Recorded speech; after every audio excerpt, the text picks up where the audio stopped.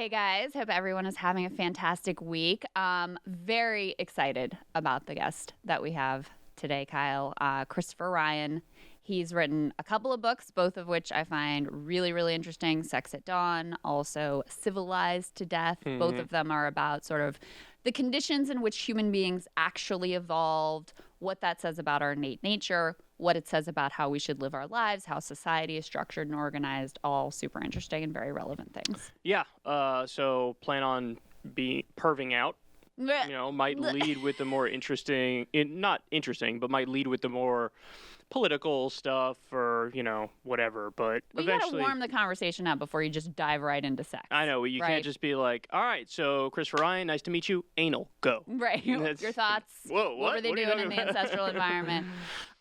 So this has been a good week, I would say, for both of us, because both of us this week got you got the Johnson & Johnson vaccine, so that means you're done. One and done, baby. Whereas I got the Moderna vaccine, so I got to go back for another one. But still, I really sort of felt like it was like an accomplishment. Oh, totally. To get the vaccine, Yeah, no, 100%. So I'll tell everybody my story. So New York had just opened up the vaccine to everybody 30 plus. And there's only like a 5-day span before they open up to everybody. Mm-hmm. So the 30 plus people have like a week to get their shit in with the fewer people looking for the appointments. Even having said that, it was book, son. Like nonstop. I went to the CVS website a bunch of times to try to get an appointment. Booked, right? So I had my mom, my aunt, and my sister, all of them, working 24/7, checking every now and then, trying to get me an appointment. So anyway, my mom ended up waking up super early one day, just happened to stumble across an appointment that was about 10 or 15 minutes away from where I live. Yeah, she signed me up for it. I had to give my mom, my sister, and my aunt all my insurance information and stuff. Like I texted it to them, took a picture of my card or whatever. So anyway, they had all that. They signed me up for it. It was like 10 or 15 minutes away. The appointment was for 3 o'clock on Monday. I basically had to rush when I was done with my show to try to get over there. And so I show up, you log in. There was a line. Even with me having an appointment, I still ended up getting the shot at 3:30 and not 3. And I had to wait on this line because everybody was thinking the same thing. So some people got a choice in New York. Do you want the Johnson & Johnson? Do you want the Moderna? Or do you want the Pfizer? Yeah. I didn't get a choice, but I just lucked out that I happened to get the one that I really wanted, which was the Johnson & Johnson. And what's interesting is that the one you got, the Moderna and the Pfizer, are what's called mRNA vaccines, which is the new technology that the government just invested $500 million in Moderna to try to, bring this thing to fruition. Right. Well, and it's important to say that they've been working on this technology for a decade. As a general coronavirus vaccine. So in other words, like a common cold vaccine. The mRNA technology. Right. So it's not like this thing just came out of No. I'm always just very careful because there are a lot of people who are nervous about these vaccines. I don't want you to think they just invented this technology this year for this particular No, they didn't. But what happened was with COVID-19 hitting, it sort of lit a fire under their ass to get it finished. You know what I mean? And so that's why Trump bought doses before they even finished making it. Yeah. It was a big bet that they made on it. So anyway, that's the two predominant vaccines that have been out for a while. The Johnson & Johnson one, which sort of just came out more recently, is the traditional style of vaccine where they take like a dead virus that mimics COVID-19 and inject it into you. Right? And so had the vaccine. Now, when you read what most people's experience is, they say usually 8 hours to 12 hours later you'll experience maybe some mild symptoms, right? So I got the vaccine at 3. 8 hours later, around bedtime, I'm thinking maybe I'll feel something. I didn't feel anything. Yeah. I was good money. Go to sleep, wake up the next morning, 0 symptoms. I'm like, I'm done, son. I'm good. I had the vaccine. I'm not going to get any symptoms. Turns out that around 2 or 3 o'clock in the afternoon, so basically 24 hours later, had a little bit of a headache. Headache came on pretty quickly. Had a little bit of a headache. That lasted for about 3 or 4 hours. And you're not a headache person. You don't normally I never get it, ever. Yeah. I really never get headaches. And then the other thing that happened was I was definitely, usually I like it about 66 degrees in my house. It was all the way up at 72, and I was under the covers. And I took a shower, and I naturally turned that shit all the way up where it was really scorching hot water, which that tells me that my body temperature was higher, so I probably had a little bit of a fever. But again, that went away in 3 or 4 hours. And then as soon as all the symptoms went away, and I had a little bit of a sore arm, but that went away too. Yeah. I was like, that's it. So it was only 3 or 4 hours of a headache and being a little warm, and now that's it. Now I have the immunity. And so, it feels great. I'm walking around with the mask on like, you bitches don't even, I can take this shit off and I'm good. Yeah. I know. It actually is a really great feeling. Did you have any symptoms or no? Very little. I had the mass vaccination site experience in at my hometown King George, Virginia YMCA. All super well organized, super smooth. Sore arm I had, maybe a little bit of chills and fatigue, very little. Of course, they say I have to get the second one. They say oftentimes the second one you have more of a reaction, so we'll see what happens there. But yeah, for me, fortunately, it was a very small deal. And actually, a little side benefit. This is, so I live in the town that I grew up in, King George, where I grew up, high school, all that stuff. And so I still run into a lot of people that I grew up with. And I ran into the mom of one of my very good friends from high school, who I hadn't been in touch with in probably over a decade. And she happened to be in town that week because of Easter, so I got to catch back up with her. So that was the side silver lining. That's some small town shit. Not just the silver lining, the extra added gold platinum level benefit of my vaccination was I got to see an old friend. See, you're so different than me, because if I see somebody that I know from like high school, I'm like, the fuck? I don't want to talk to you. It's one of the things. It's actually one of the things that I love about living where I do. I mean, the reason I live there is because my parents are there, and I'm very close with them. And for my kids, I love them to be close with Grandma and Papa. My sister lives nearby, and all of that's really, really important to me. But I actually do really love running into people that I grew up with. And I mean, this is a town I lived in from the time I was born until I graduated high school, and have come back periodically. So this was, I was very much in this community, and at the time knew everybody there and all of their parents, and it really had that small town vibe. So it's kind of a nice reality check for me when I run into somebody at the grocery store. And they don't know who you are. Yeah, they don't know you as Crystal Ball. They know you as the one I played like softball with. Yeah, exactly. Swimming was my identity mostly then, but I also like it because it's so easy to get wrapped up in like whatever's going on Twitter, or somebody's mad at me or whatever. And then I run into someone like that and I'm like, they don't know about this thing. They don't care about this thing. If I told them about this thing, they would be, who gives a shit? That's kind of a nice reality check too. Yeah. Again, you're so much more social than me. You're way more extroverted than me. I don't want to talk to anybody. And to the extent I want to talk to anybody, it's people who I know and I have known for a really long time. Yeah. And even then, you got 5 minutes, son. You're a true introvert. I'm kind of 50-50. Yes, that's right. Yeah, I do see you as sort of 50-50, and I do see myself as like 100% introvert. So we also got some interesting new stats this week about just how the billionaires have done during coronavirus. Let me pull this up. Some of these now, I mean, it's not going to surprise you. This is from Forbes. They put out their list of billionaires and all the stats involved. So the Billionaire Club grew by nearly a third. So a third more billionaires during the pandemic. The American dream. People are working their way up. So while everyone else is getting screwed and sick and losing their jobs, worried about eviction, being, temporary, just being thankful for the $600 check they get from the government and everything, these people became billionaires. So now there are 2,755 billionaires. But this is the stat that actually kind of floored me. In the U.S., the top 400, I'm reading from the Washington Post right now, top 400 wealthiest Americans now own the equivalent of 18% of GDP in wealth. That's twice as much as they did in just 2010. So in one decade, they have doubled the amount of wealth that they have as a percent of GDP. I mean, that's wild. That is like an escalating level of inequality that, I mean, it may well be unprecedented. Well, this is what happens when you don't have very clear redistributive policies.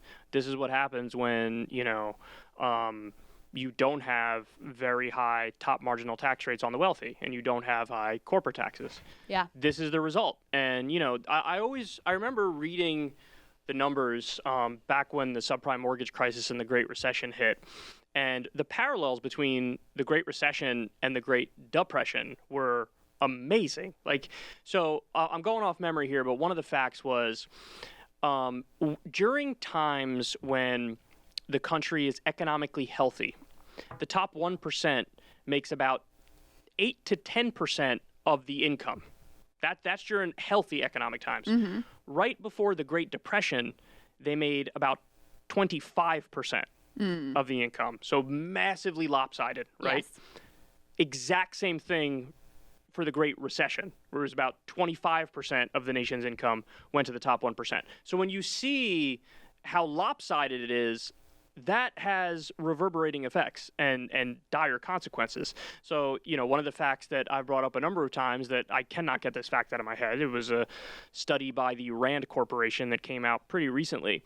They found that, I'm not sure if the year was 1974 or 1978, but like mid-1970s until today, the top 1% or fraction of the top 1% has effectively stolen $47 trillion from the bottom 90%.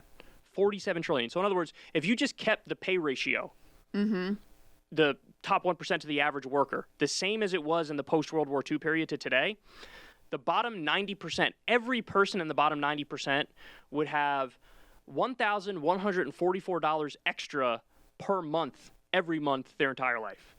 So that shows you how out of whack we've gotten. There was a study from a few years ago that found that for the first time ever, billionaires pay a lower effective tax rate than working people. That's another amazing fact. 78% of working people, this is pre-COVID, 78% of Americans lived paycheck to paycheck. That's pre-COVID. Imagine what's like post-COVID. Yeah. Half of working people make $30,000 a year or less. So you have this like Gilded Age disparity, and what's happening is you're actually seeing in real time, you're seeing a shift in Americans' opinions of billionaires, because everybody knows that with the pandemic, it's not anybody's fault that they're hurting financially. Like, it's not your fault. It's something total. It's an extenuating circumstance. You can't even spin a story about personal responsibility. But at the same time, the billionaires are getting phenomenally more wealthy. Right. They're not working harder. They didn't earn shit. Right. And the people at the bottom who are getting hosed didn't do anything wrong. And so now you're seeing it's reflected in the opinion polls. I know you cover this on Rising. I cover this on Secular Talk. People are now getting to the point where the whole myth of meritocracy, the myth of the American dream, they get it's bullshit now. Yeah. They get that it's not the harder you work, the further you go. Jeff Bezos didn't earn over $100 billion. How do you earn over $100 billion? Right. It's not even possible to earn. Like, what are you talking about? Right. That's totally arbitrary. So we need to set up a system that's more fair in its distribution of wealth, and that gets closer to an actual meritocracy. Well, and this gets into, as well, what Biden is proposing in terms of corporate tax increases, which are very, very modest.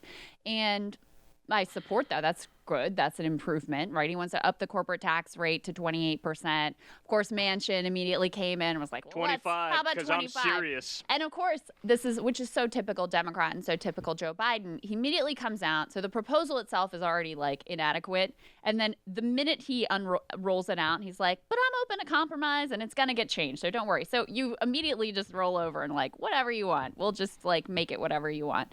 So it's a very modest proposal. There's another provision that would require companies that are very profitable to pay 15% minimum corporate tax. Well, he changed the rules on that too and watered it way down so that provision would literally only apply to 45 companies in the entire country. And again, look, maybe those are the largest companies. Maybe that makes a tremendous difference because we have so many monopolies. And so if you're hitting the biggest 45 companies, maybe that makes a difference. But again, it starts from such a small place. And there's two important points here. One is when you see the amount of wealth that was accumulated in this last year, and even putting coronavirus aside, over the last decade, you really come to realize how inadequate these policies are. And two, he frames all of this simply as a means to pay for the infrastructure package. Now, personally, I don't give a shit if the infrastructure package is paid for. What I care about is that redistribution as an end in and of itself. Because if you continue to have this escalating inequality, first of all, you're going to have a very hard time having anything that even you can pretend is small d democratic when you have that vast a disparity of wealth. And you could make an argument about that we've already sort of reached the point beyond which that's really a tenable situation. But second of all, when you have that much money, wealth, and power concentrated in these few people, it ends up in an extraordinarily ugly place that has direct ramifications on working people's lives. So I don't like the proposals themselves are really watered down.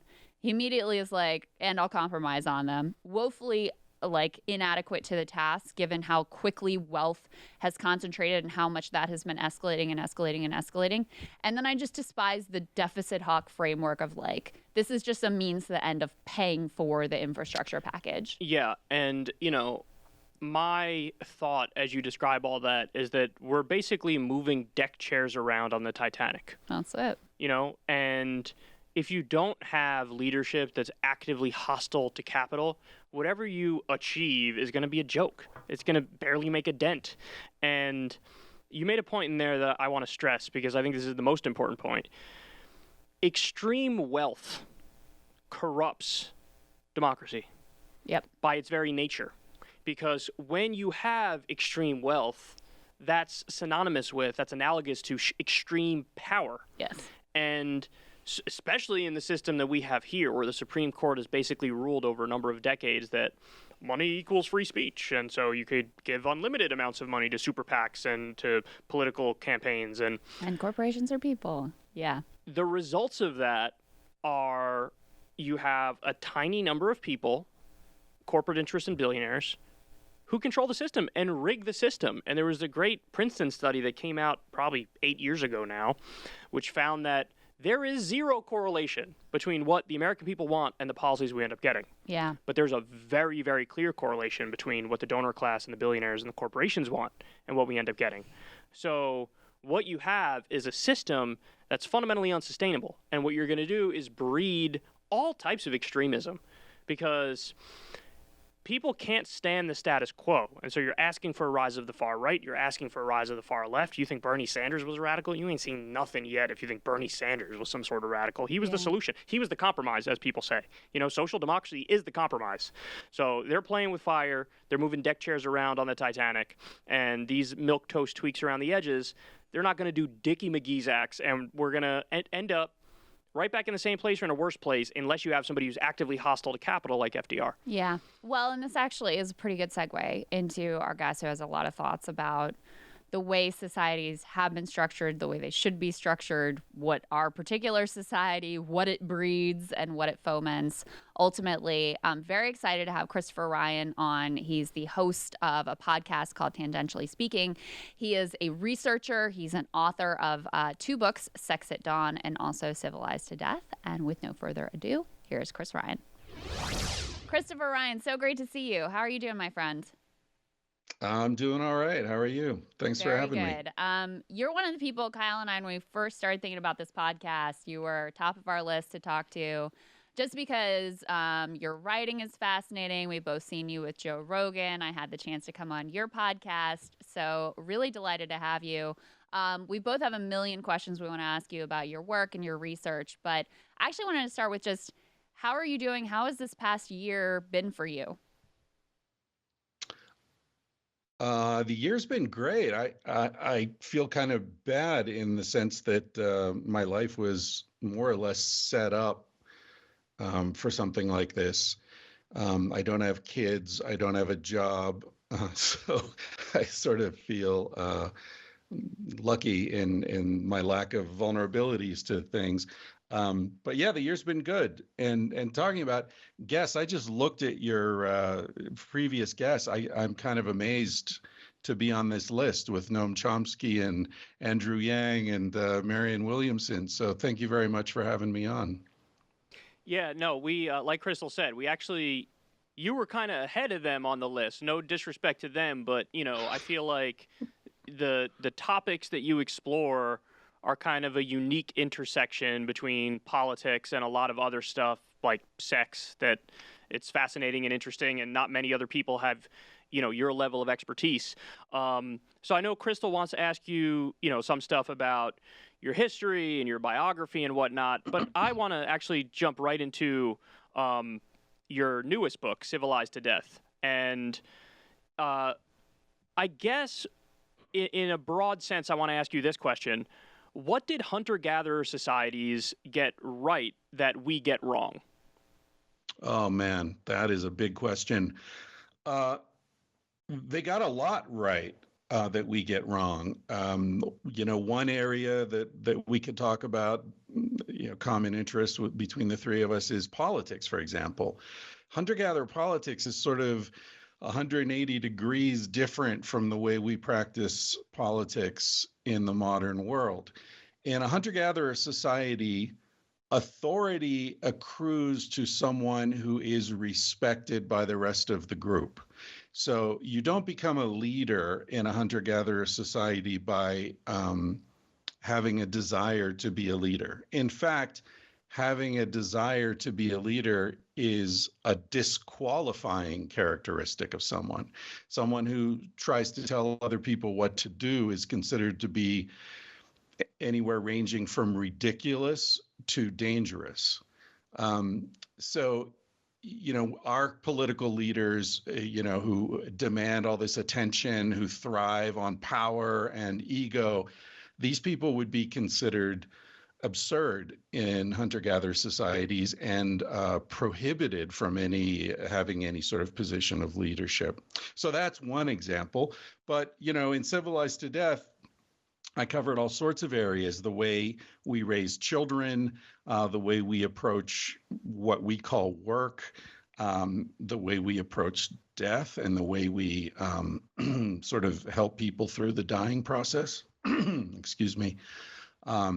So many: diet, exercise, and maybe most crucially, community. A point that I made in the book is that more people live alone in the United States right now, a higher percentage and also absolute number, than have ever lived alone in the history of our species. And that has dramatically negative effects on our mental and physical health.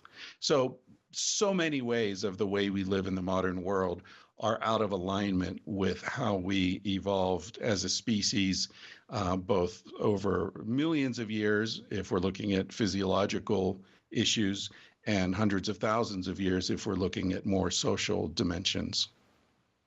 I mean, the political implications of that are pretty obvious. Part of what you emphasize is in the hunter-gatherer societies, there's more of a sort of collectivist, like there's a lot of sharing. Everything is the property of everyone, essentially. Obviously, in modern society, it's much more focused on the individual, focused on competition, especially in America, especially in the West. Is that because we're wired different? Like, where do those different preferences and structures and systems ultimately come from? Well, I've argued that they come from a sort of a reorganization of human communities that began with the advent of agriculture.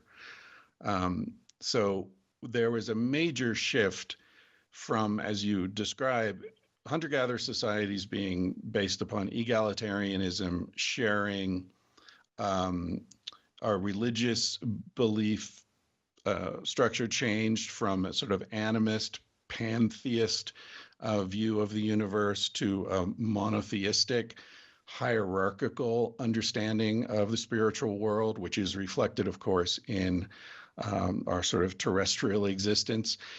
When we shifted to agricultural societies, women lost their parity with men and became something closer to domesticated animals in our society. If you read the Old Testament, "Thou shalt not covet thy neighbor's wife," I always thought that was, and I think most people think that's about respecting marriage. But if you read that in context, what you find is, "Thou shalt not covet thy neighbor's wife, nor his ox, nor his house, nor his servants." So the wife is really just part of the neighbor's property. So to sum it up, the major change is we shifted from a society that was based upon sharing and egalitarianism and consensus, and very small scale, of course, to a society structure that was based upon property and hierarchical coercive power and hoarding as opposed to sharing, with consequent lack of respect, loss of respect for women, for other human beings, for other animals, for the earth itself. And we see the consequences of that all around us, of course. I sort of want to ask you the inverse of the question I just asked before, which is, in your opinion, what do we get right that hunter-gatherer societies got wrong? And just to, throw my own 2 cents in real quick, I would say like air conditioning and heating and cable TV. But but in your opinion, what do we get right that the hunter-gatherer societies got wrong, if anything? That's a good question. I've probably done 50 interviews about this book, and you're the first person to ask me that one. That's excellent. What do we get right? So much of what we get right, I think, is an improvement upon 100 years ago or 200 years ago or 50 years ago. But when you look back 10 or 20,000 years ago, it becomes a bit harder to nail anything down. I kind of feel like in terms of quality of life, we took a big drop with the advent of agriculture in terms of nutrition and the social issues I mentioned earlier. And then we've been sort of working our way back up since then, at least those of us living in affluent societies in privileged positions, which is not the average human being, of course. Whereas when we're talking about hunter-gatherers, because they're egalitarian, we're really talking about the average person because there wasn't much difference there. There were no class differences, obviously. So I think, it's a complicated conversation to have, but I think that some of our technologies are fantastic and should be respected. I think birth control is, I think, one of the most amazing technologies that we've come up with, but it's very underutilized because of religious concerns, and also people tend to get very emotional when we talk about the advantages of having a lower human population. There's a bias toward growth, both economically and in terms of population, that is very hard to confront, I think, for most people. So I think there are some technologies. I think, obviously podcasting is amazing, very interesting, independent media, being able to speak directly to millions of people with no corporate intervention, I think is probably on a par with the printing press as far as, implications for the future. And obviously, I opened the book by talking about my father's life being extended 15 years because he had a liver transplant. That there are medical advances that are quite miraculous and deserving of our respect. But so many of the things that people consider to be advantages of civilization are really just Band-Aids on problems that were caused by civilization. So, vaccines, for example, are in the news these days. And people often say to me, like, oh, I wouldn't have wanted to live in prehistory. Everyone died from smallpox and tuberculosis.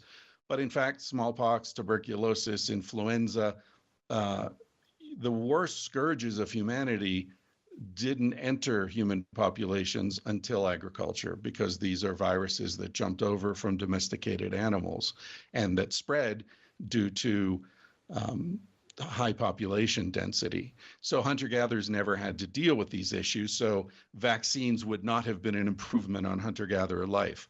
I think the primary problem with hunter-gatherer life is infant mortality. Anywhere from 20 to 35% of hunter-gatherer children die before the age of 10. So there's no getting around the fact that that's a major problem. Yeah. So, you have a very contrarian take, because the standard issue narrative is life was nasty, brutish, and short, right? Then, since then, it's been, especially with the advent of settled agriculture. It's just been progress and progress and progress. And the story of human history is the story of ever increasing improvements to our lives, to the quality of life. I mean, just look at us today. We could pick up our phone. We could have access to any information in the world. We could order any food we want to our doorstep. Again, this all comes from a great place of privilege. We can put this podcast out into the world to millions of people. So what's not to like about it? What's the problem? Well, the problem is that that's a very imbalanced view of progress. It doesn't incorporate an understanding of any of the costs that have been paid. The genocides, the slavery, the destruction of ecosystems, the quite imminent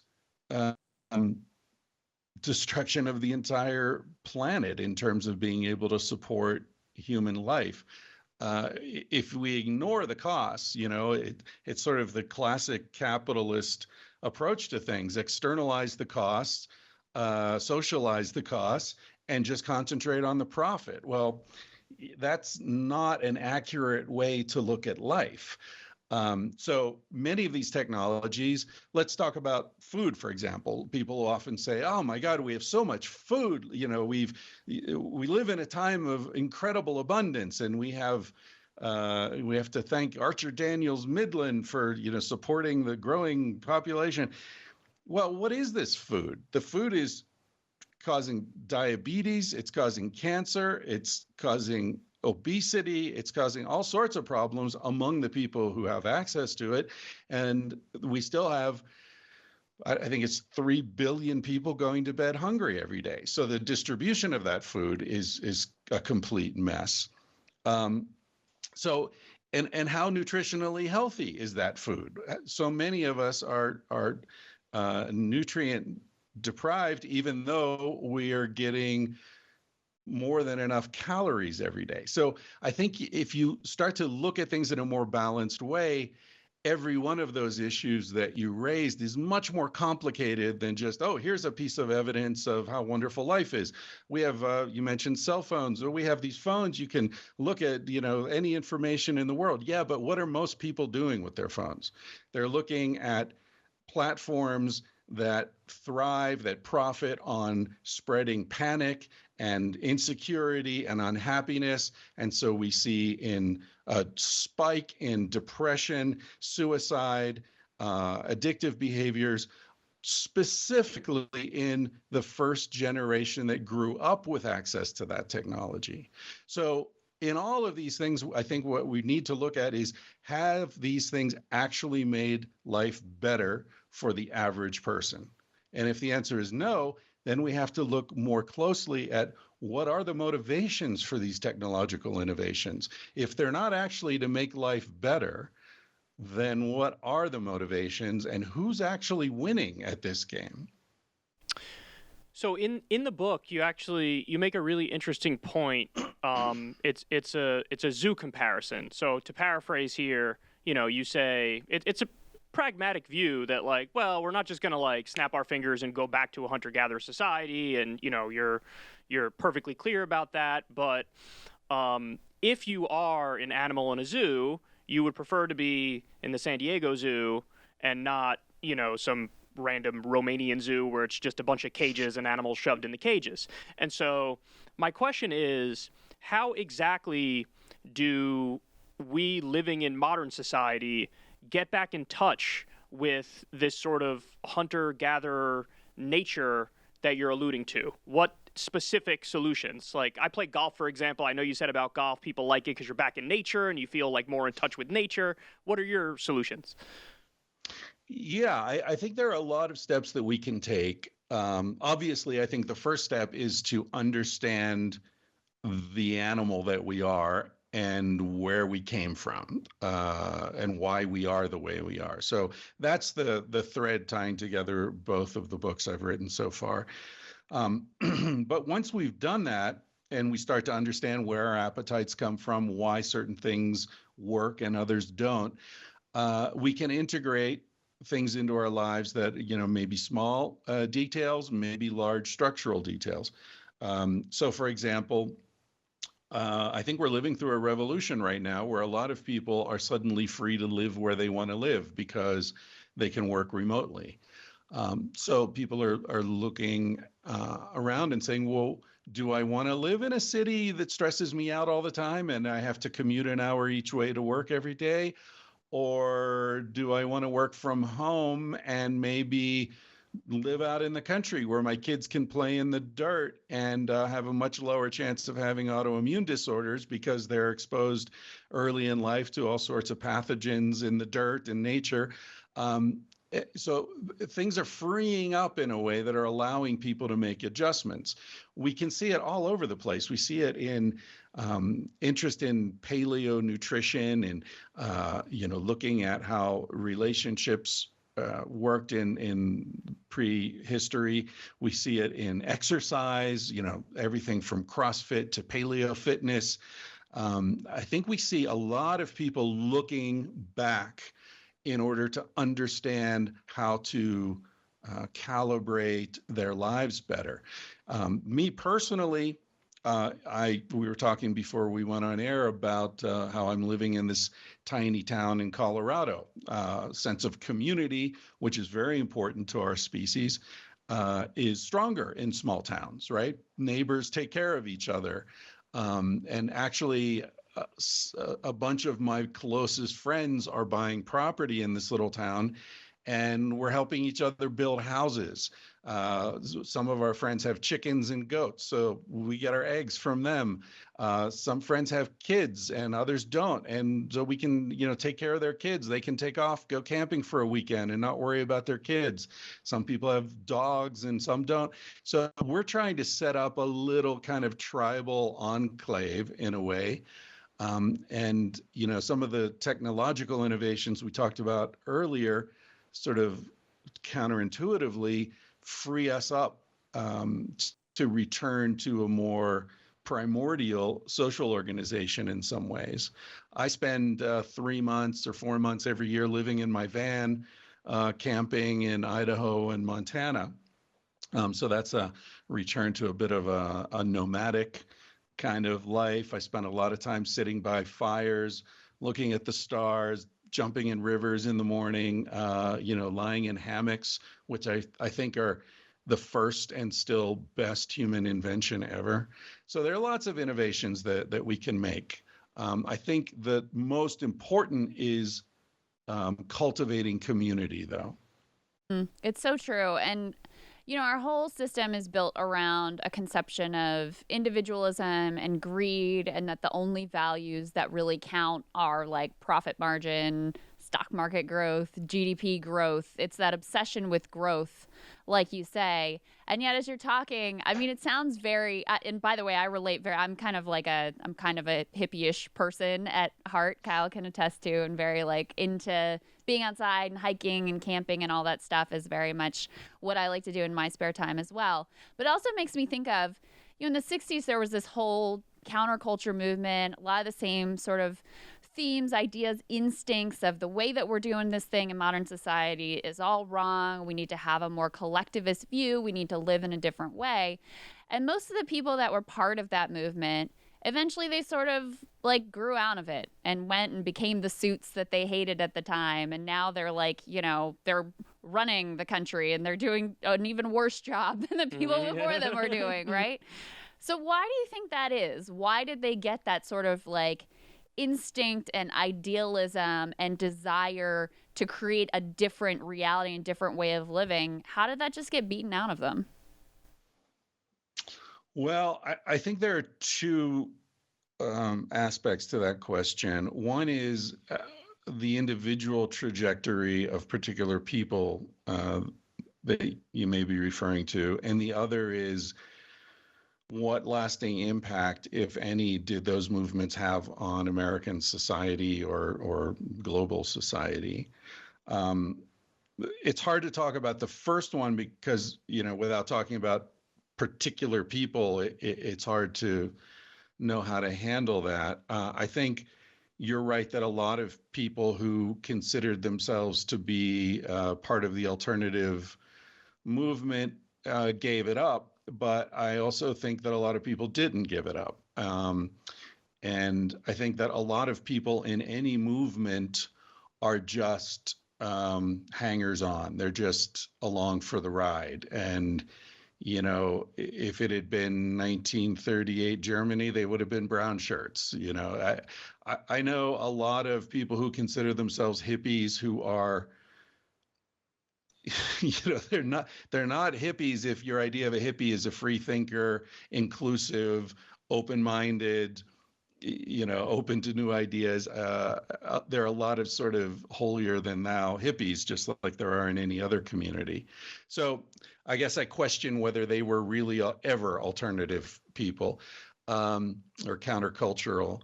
But I think as far as, people say to me, oh, the 60s, failed, it was a failed experiment. And I say, wait a minute, look at the things from the 60s that have changed our world and persist now. An environmental consciousness, a sense that women have the right to equal political power, equal rights, sexual freedom, the idea that people should, be able to define themselves in terms of their sexuality, their gender, their an openness to alternative approaches to life, animal rights. There's so music. I mean, my God, we're still listening to the Beatles and Jimi Hendrix and the Rolling Stones, and that's still the most impactful popular music in most aspects of most levels of American society and world society.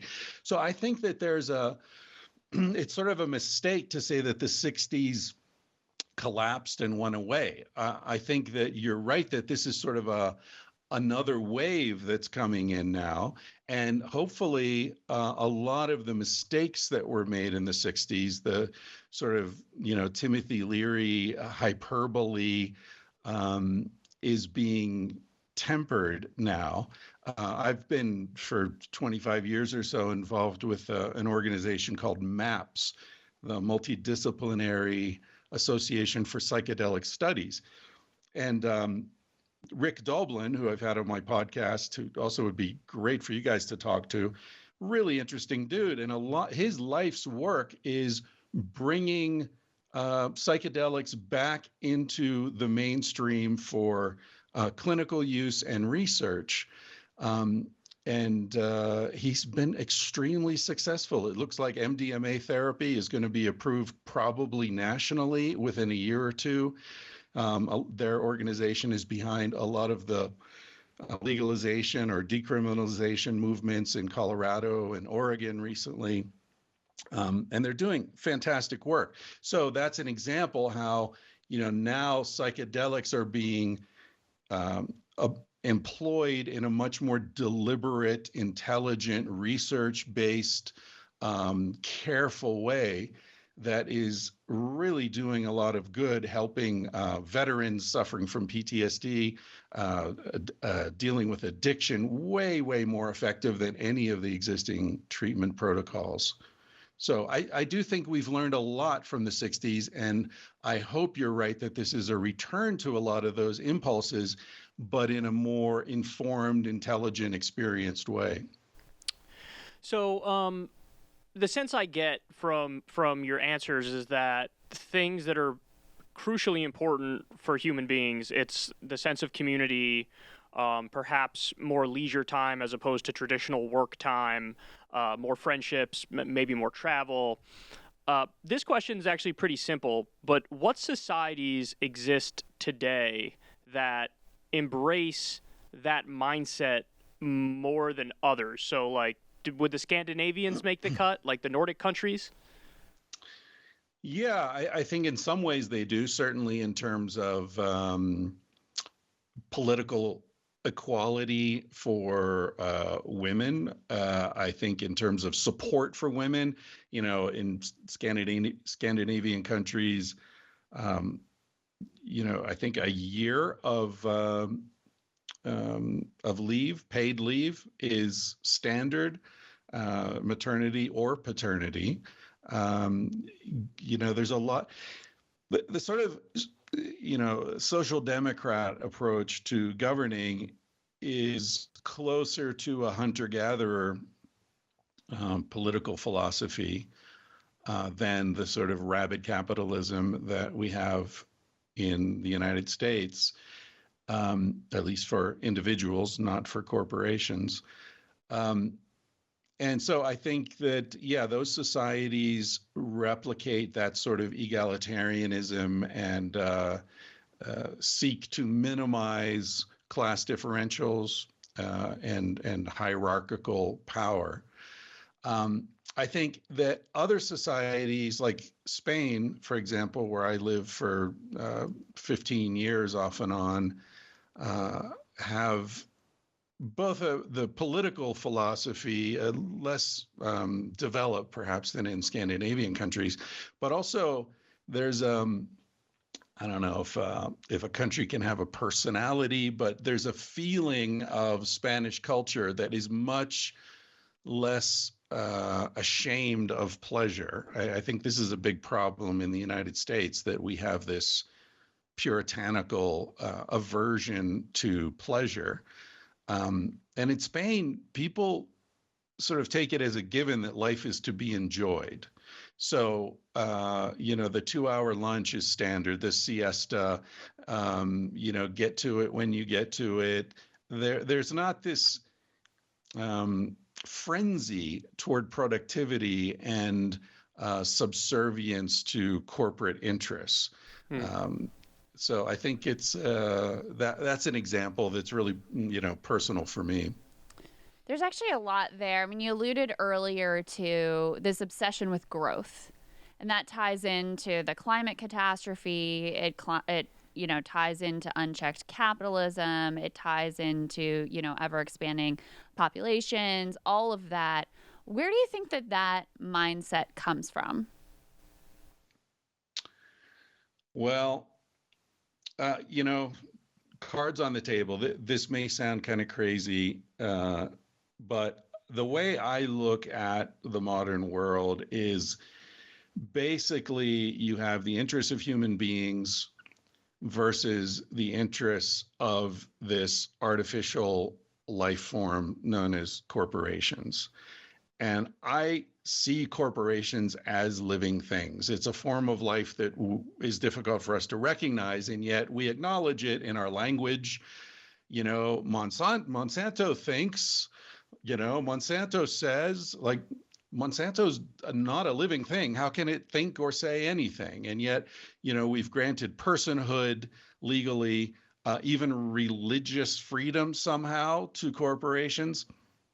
And I feel like so much of what torments humanity is a result of the fact that the interests of these superorganisms don't align with the interests of us. And, it's almost like the interests of a school of salmon doesn't align with the individual salmon's interests. So I don't want to get too into the weeds in terms of superorganisms and all that business, although I do talk about it a bit in Civilized to Death. But I think that's the problem, that growth is in the interest of the superorganisms. 100 or 500 years ago, that was the state, that was, whatever community needed to expand, because agriculture is inherently an expansive, growth demanding way of existing on the planet, because you have massive population growth in agricultural societies. And so in order to feed those growing societies, you need more land. And if you need more land, that means you're going to be pushing someone else off the land. So that creates the need for organized aggression, warfare, conquest. So the ball just gets rolling, and growth is at the heart of this particular type of social organization,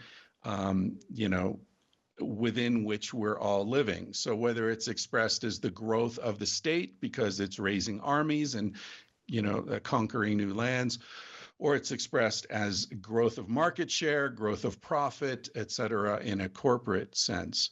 But for individual humans, that growth is not really advantageous at all, and often it works against our quality of life.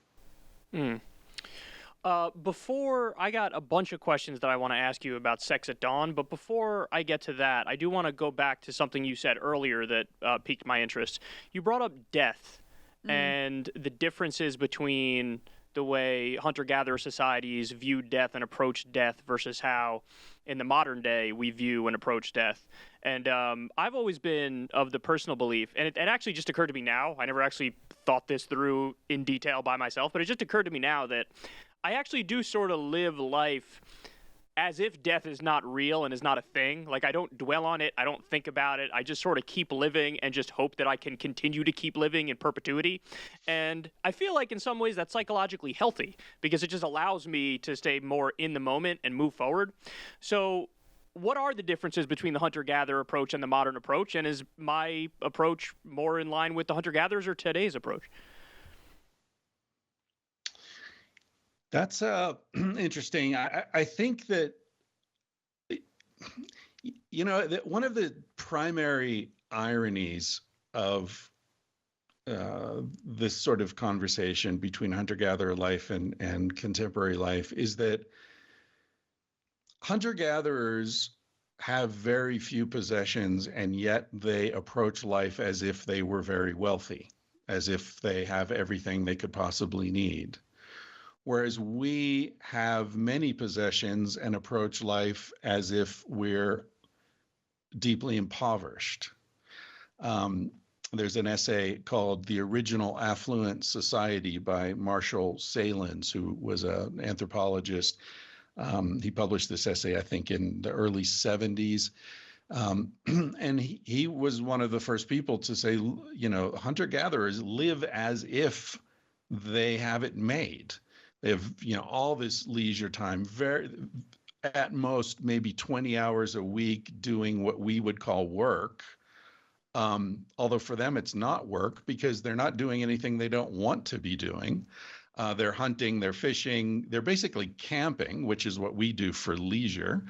They're hanging out, telling stories by the fire, all this stuff that we do at summer camp, that's their lives. So it's hard to, call it work. And I think in our approach to life and death, there's something similar there. Like listening to you describe your approach to life, it sounded like you were saying, you have this, like this assumption of abundance. And yet when you aren't thinking about death, when death isn't a presence in your consciousness, it's much easier to waste your life. Because you think it'll never run out. Hunter-gatherers are much more aware of death. They're eating animals that they've killed pretty much every day. Their understanding of the necessity of death in order to feed life is integral to their understanding, to their worldview. And, in our world, we're separated from death so insistently. We're separated from the death of what we eat. We're separated from the deaths of our neighbors and our family members, and our exposure to death is a casket, hermetically sealed against what? I don't know. Stainless steel, like what are we doing? What is it? Who's being protected? Is the body being protected from us? Are we being protected from the body? What's going on? And I think that inability or unwillingness to acknowledge the cycle of life, while it can create the kind of insulation that you're talking about, in your own experience, I think it also can create a lot of danger because we're working under a false assumption that our life will never end, that we're immortal. And I think that fear of death expresses itself in many other ways. So, getting back to what I said earlier about this sort of strange, counterintuitive conflict between abundance and scarcity, I feel like even though we don't really acknowledge death, we're thinking about it all the time, right? Uh, we're all obsessed right now with, mass shootings and the death of George Floyd, and it's a constant presence for us in a sort of intellectual, media-driven way, but not in a visceral, personal way. So I don't know. I think we have to deal with death one way or another. It's kind of unavoidable. And I end every episode of my podcast. The theme song is called "Smoke Alarm" by Carsey Blanton, and the chorus is, "I don't want to give the end away, but you're going to die one day." I don't like that. I'm going to live forever, but thank you anyway. How is that reflected, though, that different perspective in like the rituals surrounding death in different hunter-gatherer societies? Yeah, I don't really know a lot about the rituals to the extent that there are any surrounding death. I think that, each society probably looks at that transition differently. I don't think there's any sort of blanket comment that I could make about hunter-gatherers in general. I think they're much more accepting of death, obviously, because of its omnipresence in their lives. But I do think that one important difference in the way hunter-gatherers experience death is that when the end of life comes, it tends to come quickly, as opposed to, in our lives, the end can drag on for 15 or 20 years. Getting back to what we were talking about earlier, where people say, oh, the modern world is done, modern medicine is such a great gift to humanity. And, we've doubled the human lifespan. That's nonsense. Anyone who actually studies these issues will tell you that Homo sapiens typically live, if they make it through childhood, typically live into their 70s or 80s. Anyone, hunter-gatherers typically live into their 70s and 80s. So we haven't doubled the human lifespan at all. Largely what we've done is we've drawn out the dying process. So that's a dubious accomplishment, I think.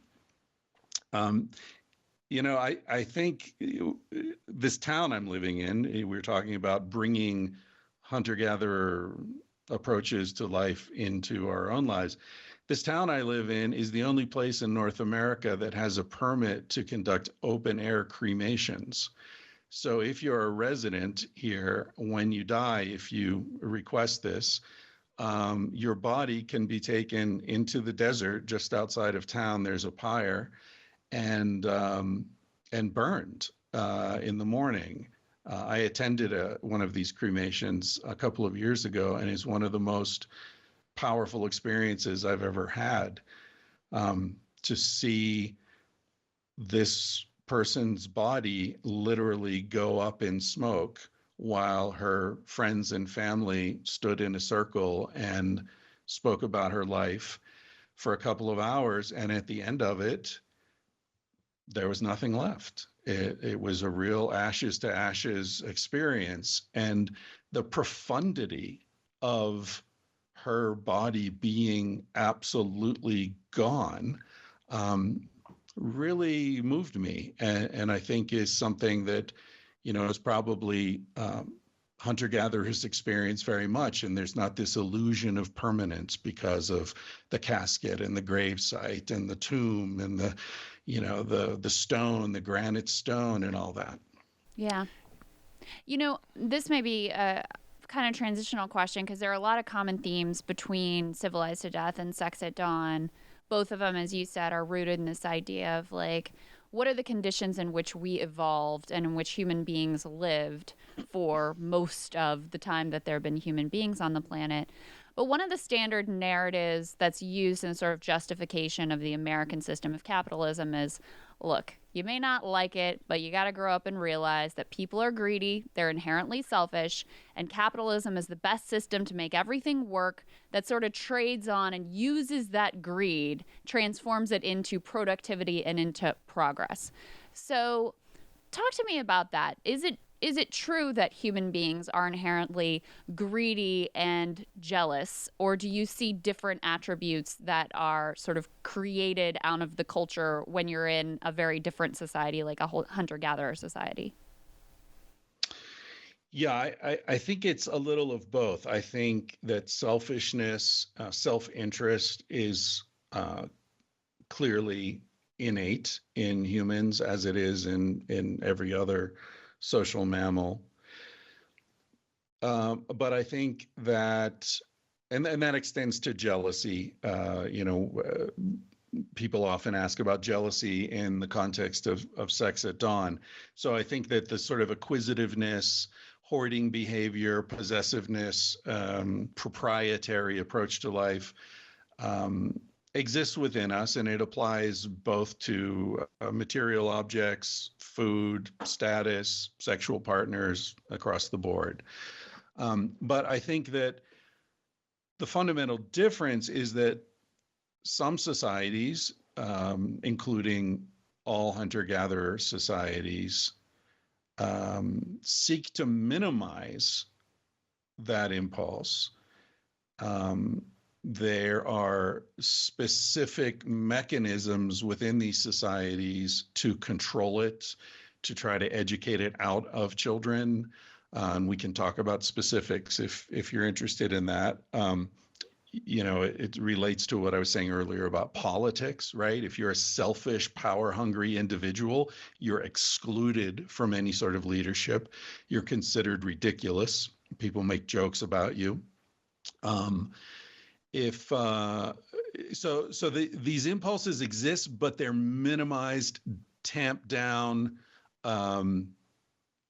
not encouraged at all. Whereas in our society, those impulses are encouraged, they're celebrated, they're cultivated. In Sex at Dawn, we wrote about some popular media depictions of love, like the song When a Man Loves a Woman. Everyone knows this song. It's a classic. It's one of the 100 most popular songs of all time. But if you actually listen to the words, it's really disturbing. If a man loves a woman, he'll give her his very last dime. He'll sleep out in the rain if she says that's the way it has to be. It's like, what are you talking about? That's love? Are you kidding me? Every breath you take, this Police or Sting song, that's about a stalker, and yet we consider it to be a love song. Can't you see you belong to me? These things in movies and songs, it just feeds these obsessions. And I think that, so the answer to your question is yes, these things exist naturally in us as a species, but they can be celebrated or they can be ridiculed. I'm fascinated to hear that answer from you, because I have to admit, my assumption was that your view was more along the lines of human beings are inherently good and collectivist, and they stress community, and they're empathetic and all that stuff. But funny enough, you actually mirrored the exact view that I have, which is we're both. We're both selfish and greedy, and that's natural, and so we're part bad, but we're also part good. We have both of those things in our nature, and what you're saying is they emphasized in the hunter-gatherer societies the good parts and tried to minimize or downplay the bad parts. So I guess my question is sort of linked to that. Is your argument in Sex at Dawn that human beings are naturally polyamorous, or is your argument that human beings are sort of malleable and can adjust with the culture, and so we have the potential to be polyamorous or monogamous depending on the current situation?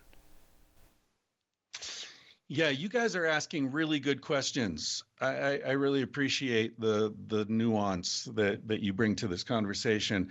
I think that You're right. I agree that we are both, that we can go in many different directions. We're an incredibly adaptive species. We live in every environment on the planet. There are probably tens of thousands of us deep underground right now as we speak in mines all over. There are humans in outer space. We are without doubt right up there with cockroaches and rats as far as our adaptability. Um, but I do think that there are some adaptations that are very costly for us, are difficult for us, and there are other adaptations that are more congruent with our nature. So I hope it doesn't seem like I'm avoiding the question, but I do believe we can go in many different directions, but some of those directions feel right and others feel wrong. Um, you know, in commenting on the previous question, you talked about how hunter-gatherer societies accentuated the good and maybe capitalism accentuates the bad. Well, why do we consider some of these to be good and bad? It's interesting that the good aligns with the approach taken by hunter-gatherers, even in our discussion here in 21st century capitalism, and the bad aligns with a more acquisitive approach. It's almost as if our gut is telling us what's right and what's wrong, but sometimes we have to work against our gut. So related to sexuality, when you look at hunter-gatherer societies, and you see that they share everything, that their society is organized around the principle of egalitarianism and community and sharing. And you see how hunter-gatherers take care of children without regard to whose children they are. They are sharing food. They're sharing access to medical care. They're living with people that they've known most, if not all, of their lives. So there's a very deep degree of commonality and intimacy among these societies. And so it struck me as strange that the sort of standard understanding of human sexual evolution is that in this one area of our lives, we would have been extremely proprietary, while every other part of our lives would have been based upon a totally different philosophy. And the more I looked into it, the more I saw that our bodies, our sexual responses, our psychosexual responses to relationships and pornography and what have you, all align with a species that is sexually cooperative and which raises children together, not in nuclear families. The nuclear family, which is thought to, have originated tens of thousands of years ago, is actually a very recent innovation. So, to answer your question, I think we can go either way. I often say that monogamy is like vegetarianism. It can be ethically fantastic. It can be good for society. It can be a great approach to life. But just because you've decided to be a vegetarian doesn't mean bacon suddenly stops smelling good. That's a great way of putting it. The part of your argument, and I believe, the case and the research and the evidence that you produce, it all makes sense to me. And you've obviously done the work, done the research, understand it really deeply.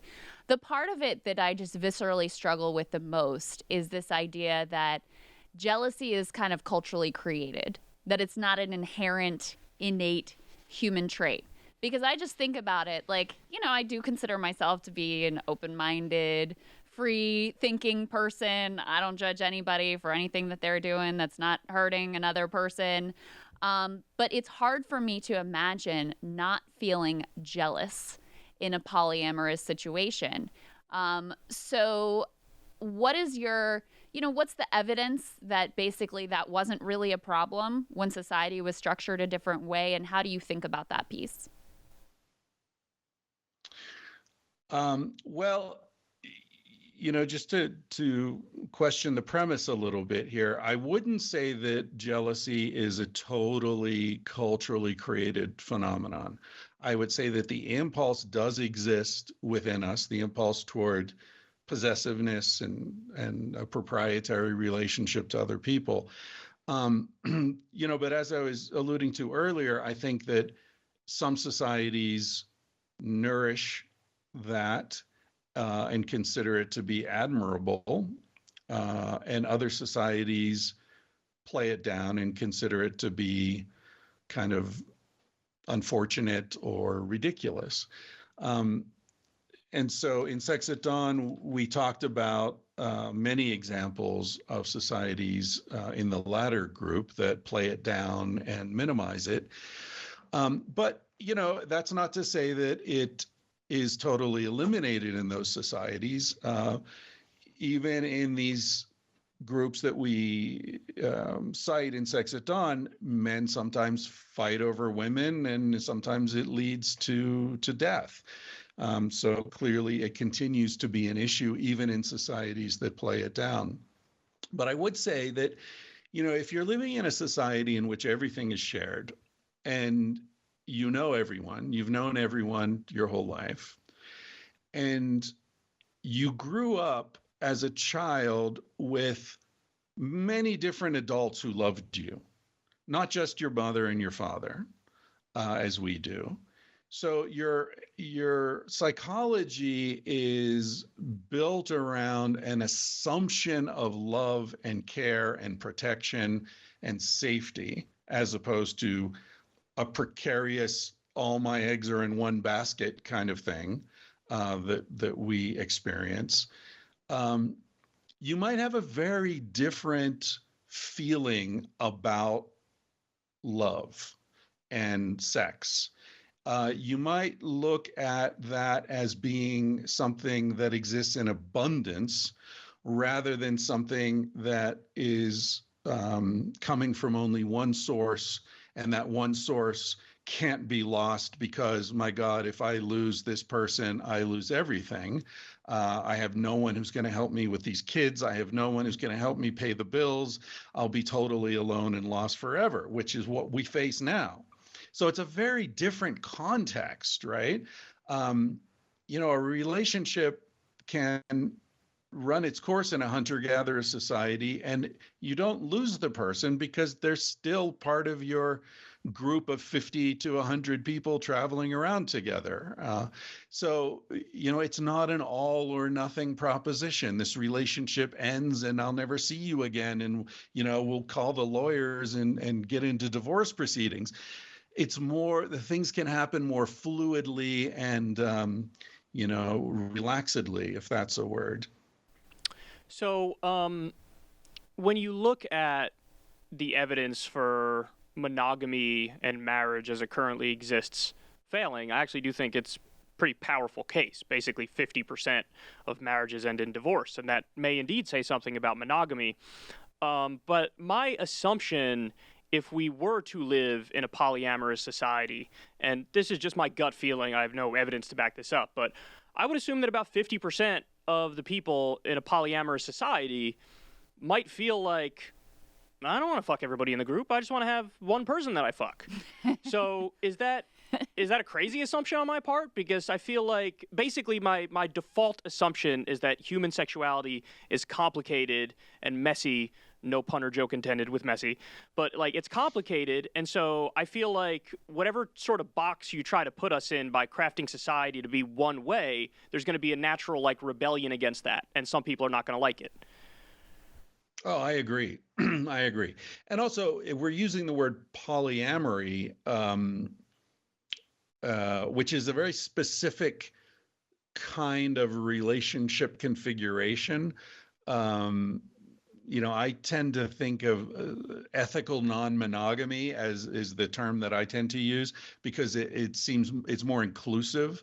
of very casual relationships. For example, you might have a sexual partner that you don't want to live with. You don't want to, get into a deep relationship with. It's more of a sexual erotic friendship, whereas that doesn't really fit into the polyamorous rubric, as I understand it.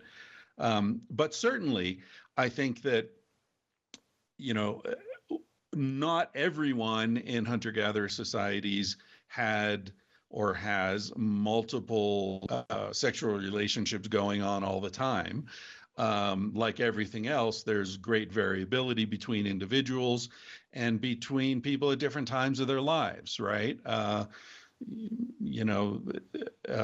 There's laboratory, experimental, and anecdotal evidence that seems to suggest that women's sexual appetite throughout their lifetime peaks at a different time than men's. So, there are variabilities that way as well. But I do think that even if we don't want to have multiple sexual relationships, I think men in particular are very oriented toward novelty in our sexual appetites. I remember I was on a TV show a long time ago, right after Sex at Dawn came out, and we had done this interview, and it's always difficult doing these interviews because sometimes I feel like the person asking the question is thinking about their own situation, and so there's some tension around that. But anyway, the interview ended, and the guy said, "Okay, well, that was really interesting, but I got to tell you, my wife is fantastic. I would never want to be with anyone else." And I said, "That's great. Do you look at porn?" And he said, "Well, yeah." I said, "Do you always look at the same porn?" And he said, "No." I said, "Do you look at different women all the time?" He said, "Yeah." I said, "Well, there you go. I mean, that's the appetite. How you choose to live your life isn't your business. I'm not even talking about how people choose to live their lives. I'm talking about what is the nature of the appetite that we have as a particular species, and what is the evidence for that." So, yeah, it's a big distinction between, what is our orientation as a species versus what do we choose to do with that. Right, right. So, one thing I was thinking about is like, for me, the fairy tale is appealing. You find the soulmate, you're with that person, you love them deeply. It's both totally fulfilling sexually and totally fulfilling emotionally, and you get all of that from that one person for life. And obviously that is appealing to a lot of people. I mean, that's why the fairy tale exists. That's why, and I'm referring to it sort of derisively as a fairy tale, even though I personally sort of believe in it. But it obviously has a lot of appeal to people, which is why that sort of standard model and narrative has persisted for so long in our society. Is there something sort of innate that makes that idea and notion appealing, or is that more culturally driven?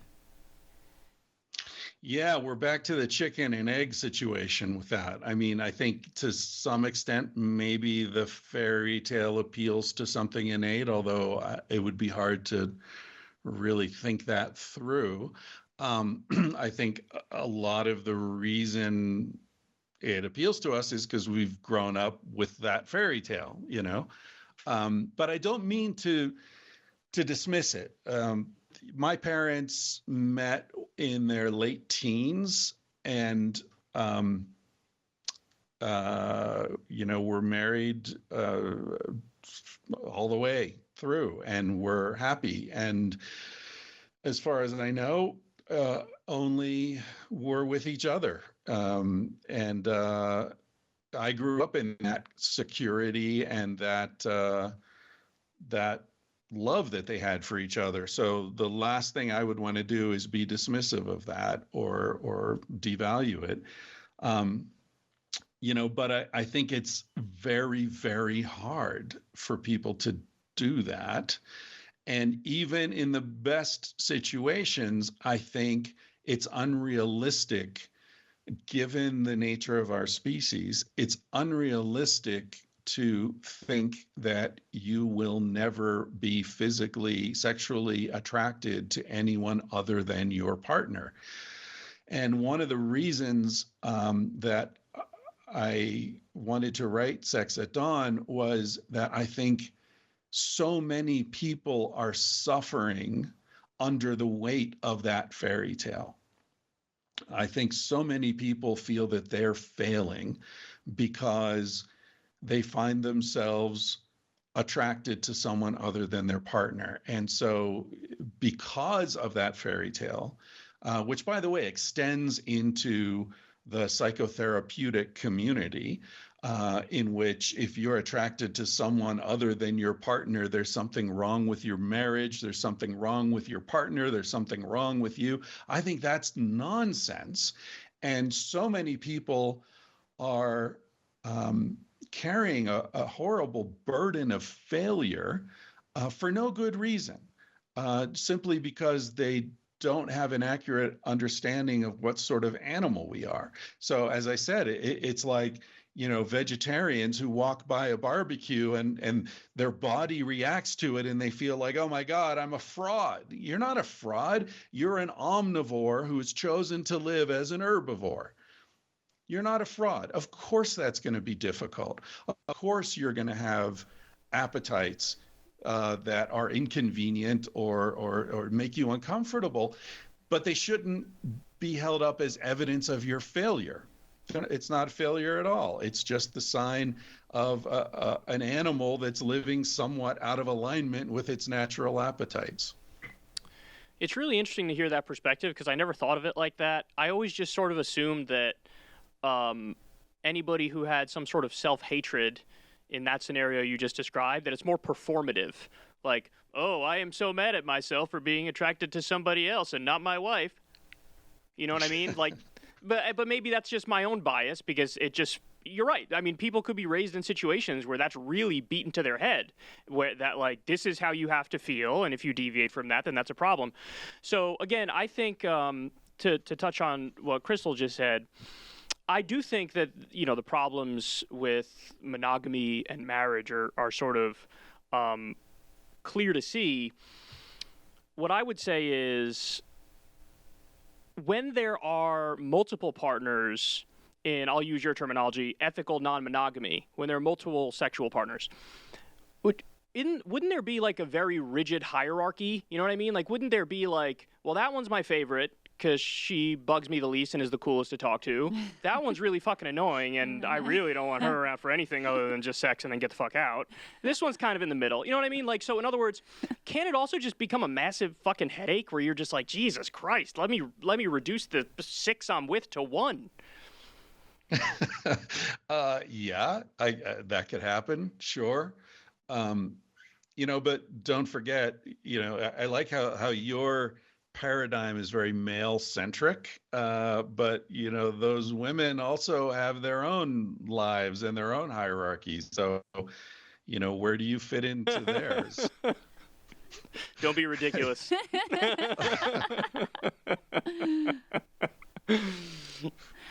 I actually wanted to ask you, though, a little bit about male-female differences. You alluded to one of them. You said you think men in particular like novelty in their sexual appetites.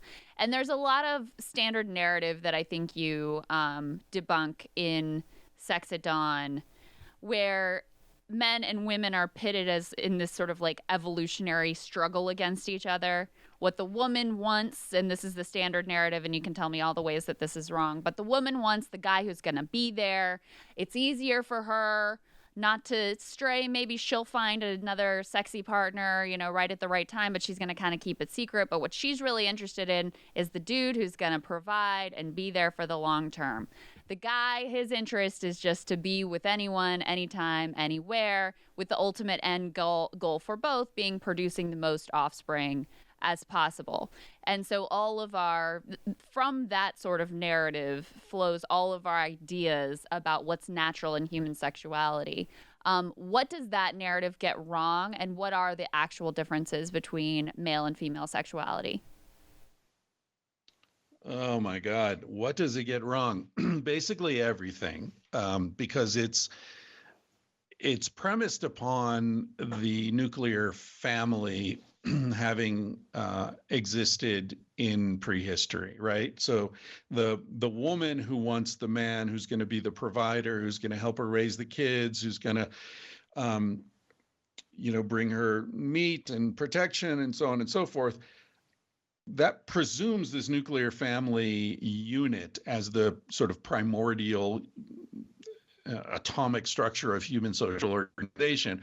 Whereas if you talk to anthropologists who study hunter-gatherers, what you find is that that's not actually how hunter-gatherers organize themselves socially. As I said earlier, there's a great deal of evidence for alloparenting. In other words, adults taking care of children without regard to who the mother and father necessarily are.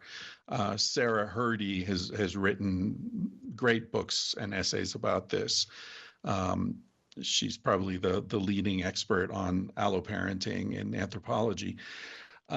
So the necessity of the woman for one man who's going to provide those resources, that's just not reality in hunter-gatherer societies, because that woman is being supported by the group. She's being, in a society where food is shared, you don't need one guy to bring you food.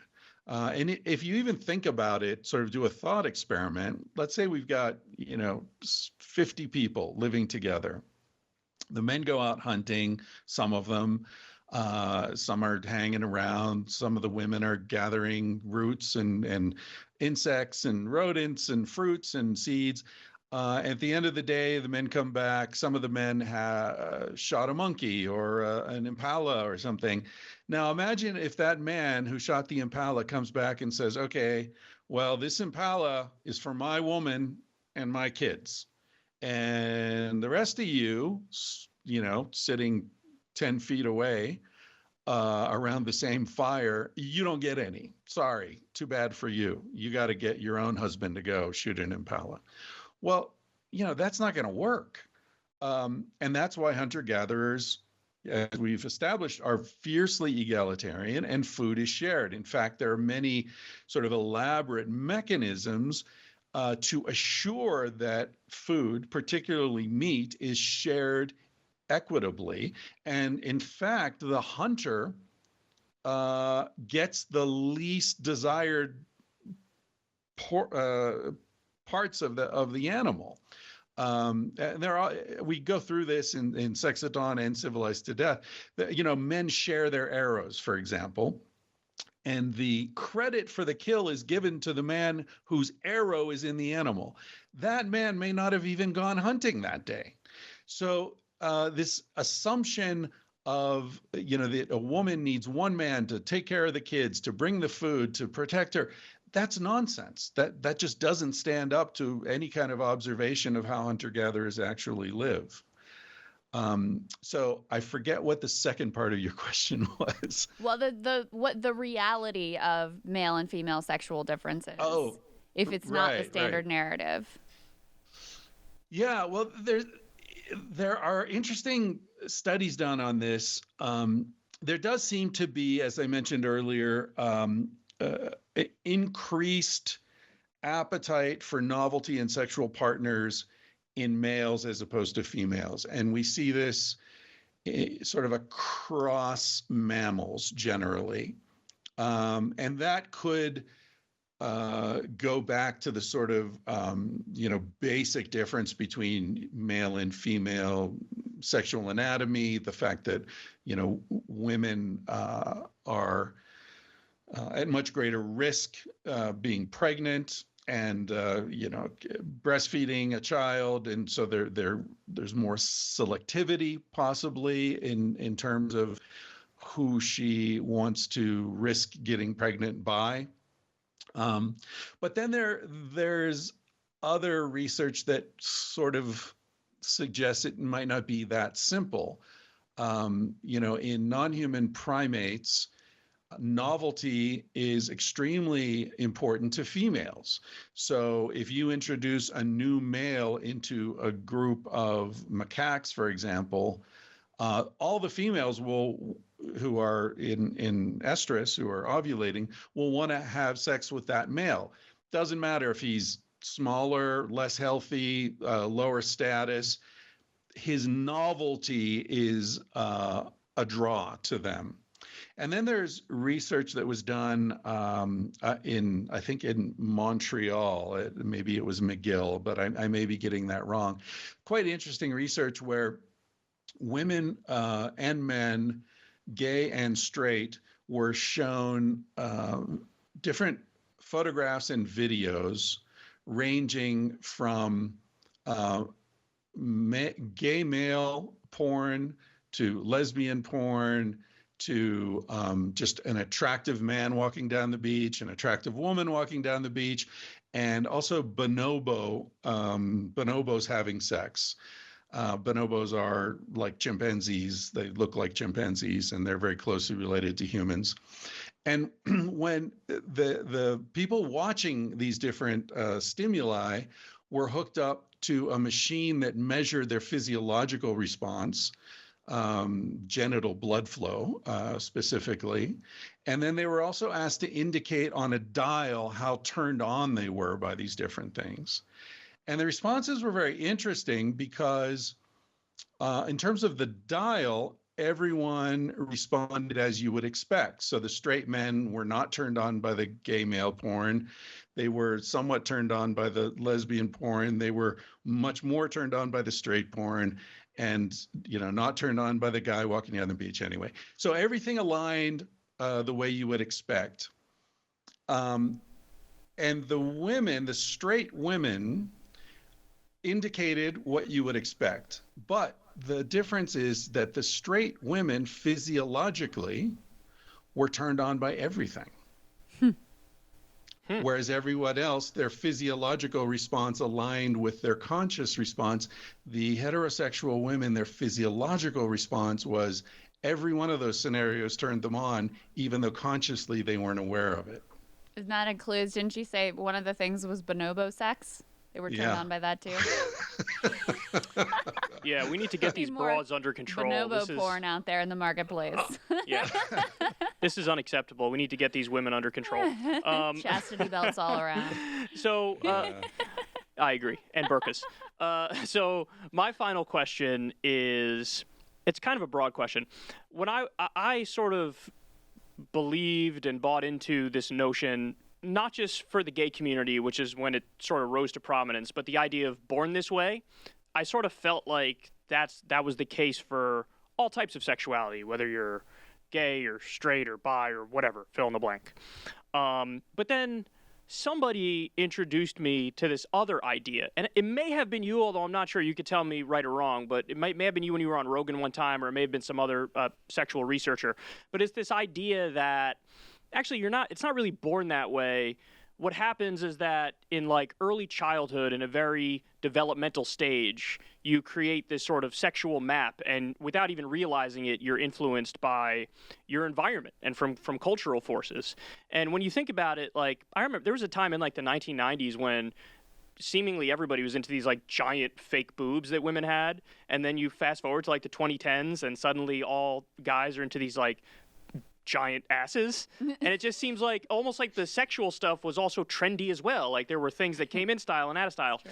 So anyway, which of those theories, or is it some other theory, do you think is more accurate? This is an opportunity to sort of tie together your question and Krystal's last question, because I think there's a difference between men and women in this. Almost all fetishists are men. You would have to look a long time before you found a woman who said, I can only get off if the dude is wearing latex or has a, really big ass, or, I can't be with a man who doesn't have hair on his back. It's like, that's not a thing for women.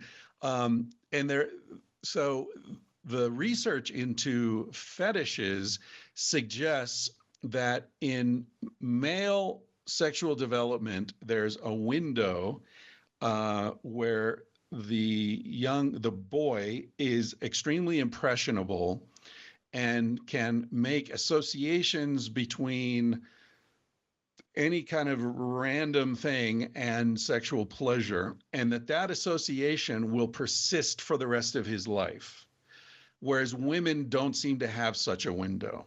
Women are much more capable of adjusting to whatever different situation arises and finding it erotically stimulating, whereas men get this sort of fixed thing. In boys, it seems to happen somewhere between 5 and 10 years of age. So I think it's there's sort of a dual thing happening there where men are born a certain way, and yet there's also this developmental stamp on the wax when it's warm enough to take the impression, and then the wax cools, and that's the impression for the rest of your life. And so I think I've been careful about talking about this publicly because it's the kind of thing that can be misused to deny that people have innate sexual appetites or proclivities or gender orientations. And I'm not saying that at all. But I do think that there are men, a subgroup of men who are innately straight, of course, on a continuum like the rest of us, but innately straight, and yet they have an experience between, in that window of malleability with another boy or a man, and they experience pleasure in that moment. And then for the rest of their lives, they kind of have a kink that expresses itself as a sexual attraction to men in a very specific way, or very specific type of man, very specific situation.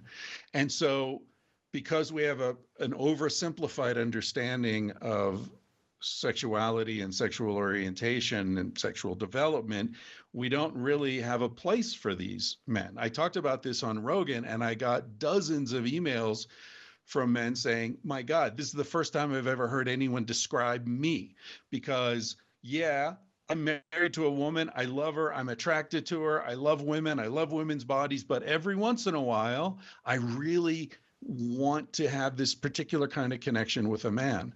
And, so I think that it's sort of that binary thing with men, whereas women and females, bonobos and chimps to some extent, but very much bonobos, are very comfortable sort of innately in sexual relationships with men or women, and it's a much more fluid kind of thing. That's interesting. So to finish that thought, I have several other questions for you. In hunter-gatherer societies, what do we see in terms of same-sex relationships? That's an excellent question, and it's one of the things I wish there was more information about. But unfortunately, until very, very recently, that's not the kind of thing that anthropologists would have been writing about. It just, it would have been considered not a legitimate area of research in anthropological study. So there really isn't much information, academic information around that. And, first contact accounts and are largely written by missionaries, Jesuits, who are not going to, include that in their accounts generally. So the amount of reliable data is quite low. We do know that in North American Native societies, most of them included categories that are now called two-spirited ones, meaning someone who may be in one body but has the spirit of both male and female, or is in a male body but has the spirit of a female. And in those societies, generally that person was expected to take the role of the spirit. So if you have a male body, but you have the spirit of a female, you would be with the women and you would be considered a woman. The body was very much a secondary consideration. So, it's complicated because our understanding of homosexuality or same-sex relationships is very much culturally defined. And, we might look at a society like what I'm describing, the Lakota, for example, that had this two-spirited category. And we say, oh, look, there's a man who's dressing like a woman, so a transvestite, I guess, who's married to a man. Well, do we call that a same-sex relationship? Because they don't. They see it as a female spirit that happens to be in a man's body with a male spirit. So homosexuality is a very complicated thing to talk about when you get outside of your own cultural definitions. There's a tribe that we wrote about in Papua New Guinea, for example, that believes that semen contains the essence of masculinity. And so the boys who are most eager to be fierce warriors and great hunters and, really embracing this whole macho approach to life will make sure that they ingest as much semen as they possibly can so that they'll be the fiercest warriors. Now, we look at that and would do, is that homosexuality or is that hyper masculinity? It's very difficult to nail these things down. And then what do we know about the differences between male and female pleasure? What do we know? Not enough, certainly. The differences between male and female pleasure? I don't know. Can you get into more detail in the question? Yeah, just like the experience, the experience of the orgasm for men versus women. Huh. And obviously you have the physiological difference of a man can only have the orgasm once. Yeah, usually women a guy can is have like multiple. one and done, and a woman can go over and over and over. But a guy needs a break of like at least 10 minutes. Is there a difference in like the experience of it? I mean, I'm sure that's a very hard thing to study, but it's something I've always been curious about. Yeah, of course, my expertise only extends to my own experience. But one of the conundrums that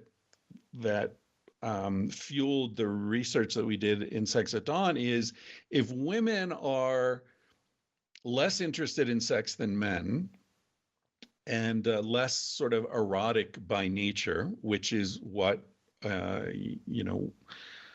American society happens to believe at the moment. But by the way, 200 years ago, there's a totally different view in Britain. If women are the less sexual, less erotic gender, then why is it that women are capable of multiple orgasms and men aren't? That doesn't seem to make sense. And also, why is it that, as Kyle said, men's interest lasts until they have an orgasm, which, often statistically is about, I think, 5 to 7 minutes on average in the United States. I don't know what you're talking about, bro. You don't make no it past big deal 3, or anything. right? Yeah, and women, like, after 10 minutes, they're like, let's come on, where are you going? What happened? We're just getting started. So it's interesting how women's sexual response suggests that they are in fact a more sexual, more interested, more capable of extended sexual behavior. And we see this in bonobos, which for people who don't know, we keep mentioning bonobos. Bonobos and chimpanzees are equidistant from humans, both extremely closely related to us in terms of DNA, last common ancestor. Um, I like to say that as an illustration, we are more closely related to bonobos and chimps than an Indian elephant is to an African elephant. So we're, scientifically speaking, we're very, very closely related. And bonobos are a female dominant species and the very sexual. Franz de Waal, one of the great primatologists who studied bonobos and chimps, said that chimps use violence to get sex, and bonobos use sex to avoid violence. No bonobo has ever been seen to murder another bonobo. There's no bonobo war. There's no bonobo infanticide. They're extremely chilled out, erotic primates. And they are equidistant to us as chimps. So anytime you're hearing about the primate origins of war, the primate origins of rape, et cetera, keep in mind that there is an equally related primate that has no war, no rape, no murder. So there's a hopeful note there to work with. Sounds like they need some Jesus, bro. You talk about in the book how things may have been totally different if we had studied bonobos first and thought of them as our closest cousins before we got obsessed with the chimps, which I think is a fascinating point. I guess my last question for you is like, what do you recommend that we do with this information? Because the reality is, on the one hand, we have these innate desires, passions, appetites, and were evolved in a certain set of circumstances over many, many more years in prehistory than we've spent in modern civilization. So we're evolved in these hunter-gatherer societies to have these certain innate needs, wants, desires, etc. However, we live in modern society, and we are jealous, and we are greedy, because that's the structure that's around us. So what do you recommend we do with this information, either personally or as a society? What I recommend is, first of all, that we adjust our understanding of what sort of animal we are so that we will give ourselves and the people around us some slack when we don't live up to our ideals. Because we understand that those ideals are out of alignment with our innate predispositions. So, talking about sexuality, I think, as I mentioned earlier, so many people are living under the burden of unrealistic expectations. If you find yourself attracted to your tennis coach, that doesn't mean you don't love your husband. That doesn't mean there's anything wrong with your marriage. It doesn't mean there's anything wrong with you. It's no big deal. You're an animal and you're responding. It could be you're responding to information in the odor of his body that your body is telling you biologically this would be a good person for you to have a baby with. We haven't talked about that, but that's a really interesting area of research that shows that our attraction to people happens on a molecular level and really is not amenable to conscious control. Talking about female pleasure, there's evidence that women's orgasm is a way to preference the sperm of the man you're having sex with at that time over the sperm of other men that you may have had sex with previous to this guy or after this guy. So even if a woman has sex with multiple different men when she's ovulating, if she has an orgasm with a particular man, that creates an atmosphere within her body. It changes the pH of her vagina. There are muscle spasms that help pull this particular man's sperm up toward the ovum. There are all sorts of physiological things that are happening associated with her orgasm that help her body choose particular sperm cells. So there's all sorts of things happening that we're not even aware of. So the first thing I hope people do with this information is readjust their sense of who they are, what they are, where these things come from, and cut themselves some slack and cut each other some slack. And instead of being threatened by the fact that your partner finds other people attractive, celebrate it, enjoy it, share it together. Instead of seeing it as a threat, see it as a feature, something that you can integrate into your relationship and into your intimacy. Because otherwise, what you're doing is you're forcing each other to lie. You're forcing each other to pretend that these things don't exist, and they do. And it's not your fault, and it's not an indication of a problem. So as far as sexuality, I think that's what I would suggest people do.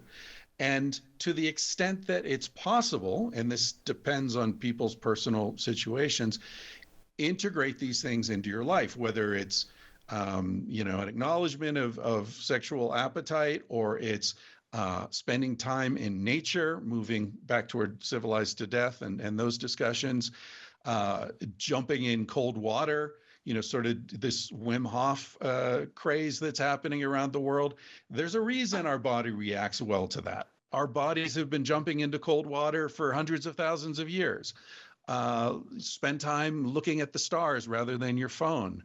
All these things, fasting, this is also a replication of hunter-gatherer life, intermittent fasting. So there's so many areas of our lives that we can bring facets of hunter-gatherer existence into the modern world and into our personal lives that will be very beneficial for us, for the planet, and for each other.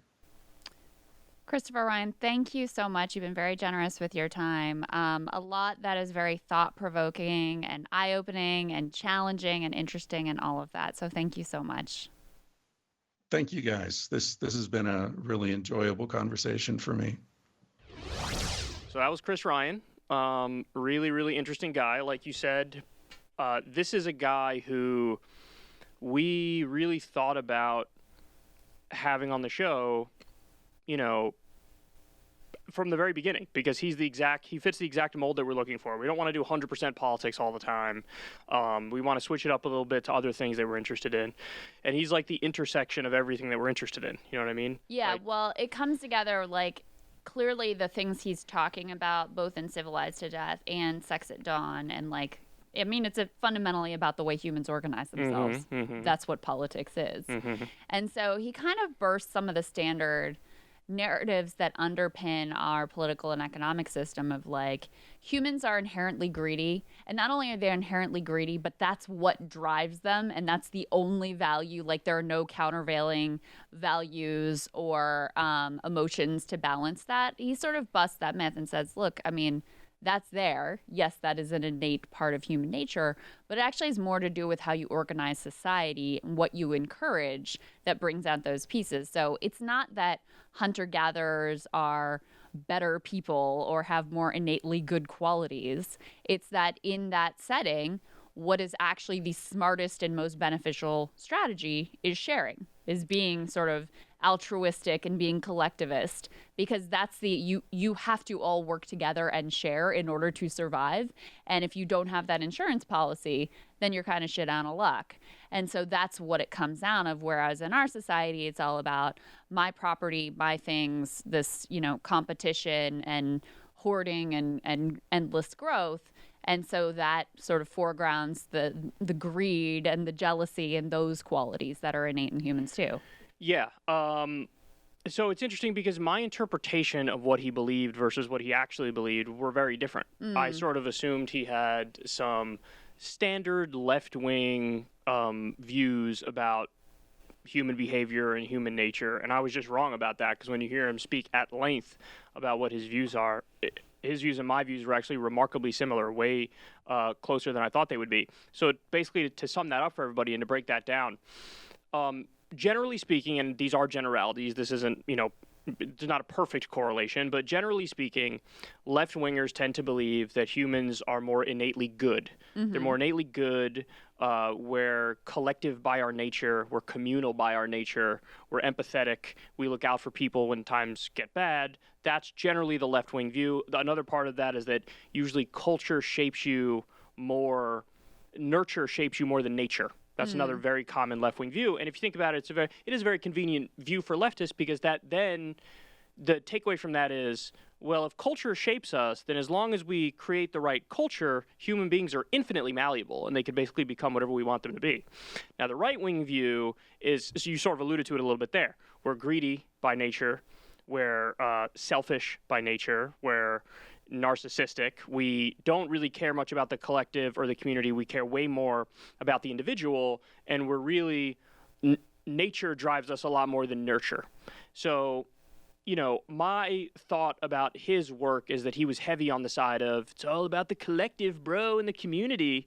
And when you hear him talk at length, that's actually not what he believes. He very clearly said, no, I think both of those things are part of human nature. In other words, we are both selfish and greedy, and also collective and communal and empathetic.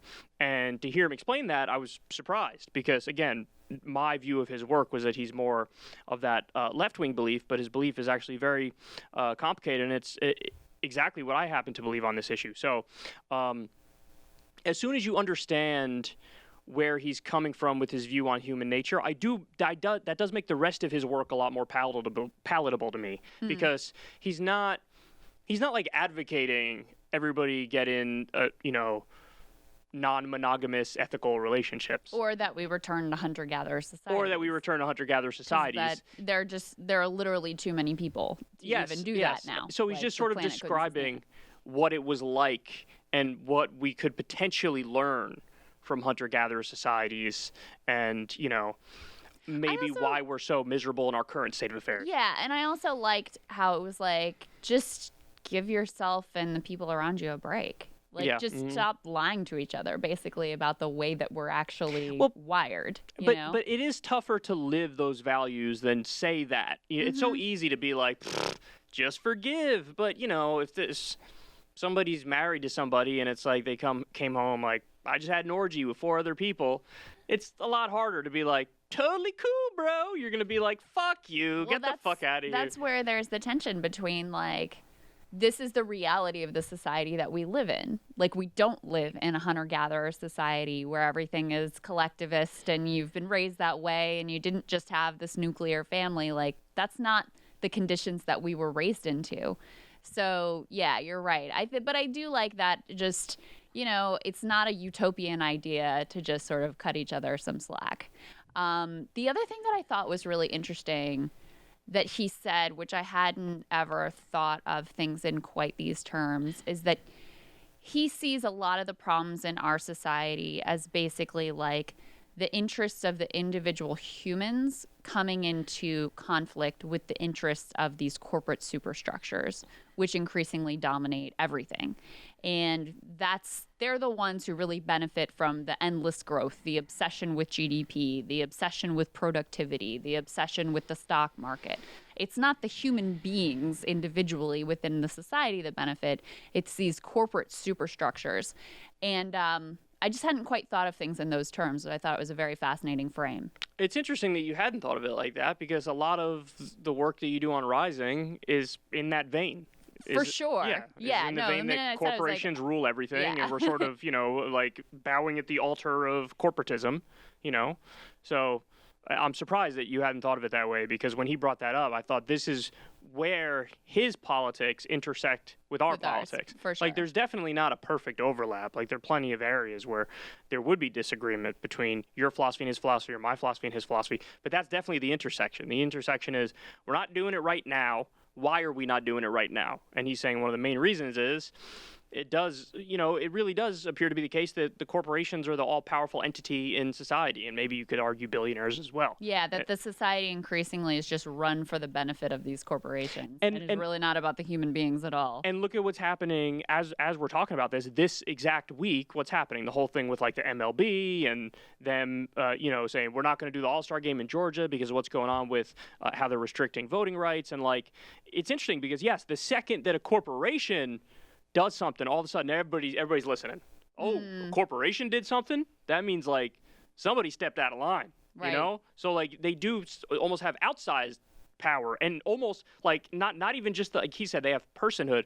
It's like they have extra personhood. Super personhood. Yeah, the super personhood. People care way more about what a corporation is doing than some random individual. Oh, you know what I mean? Not even close. I mean, it's not even like equivalent to, so for example, Amazon, I don't know how they employ hundreds of thousands of people. Like, it's not even equivalent to the collective voice of those hundreds of thousands of people, or even the collective voice of their shareholders. It's like way beyond the power that they have and the amount of, respect and clout that they're given, the influence that they have in the society is way beyond what the people involved would merit by their numbers, for sure. Yeah. So what do you think of his answer on the difference between the female orgasm and the male orgasm? Well, it's such an interesting, it's an unknowable question, right? Is it? I think so. Really? Because how could you know, right? I mean, they haven't done any. I think the best you can get towards it, which is what he was talking about, is sort of the implications of the fact that women can have multiple orgasms and men can't, the fact that women appear to be turned on by like basically everything and men are more specific. Like, you can kind of triangulate your way to it, but obviously, you can only have the experience that you can have. I mean, but in terms of the difference in the feel, it's very similar hardware because we all start out as females. And then for men, they're basically I don't know how to explain this without sounding like a fucking weird, creepy person. But like, yeah, your balls drop, right? Uh-huh. And your dick comes out, Okay. right? And then for the women, just the hardware stays Kyle inside. does science. Go ahead. The hardware stays inside for the women, right? So you would imagine that whatever orgasm a woman has would be similar in feel. It's just it's more happening internally than externally. I don't know. Right? It's one of life's great mysteries. We're going to crack that fucking code.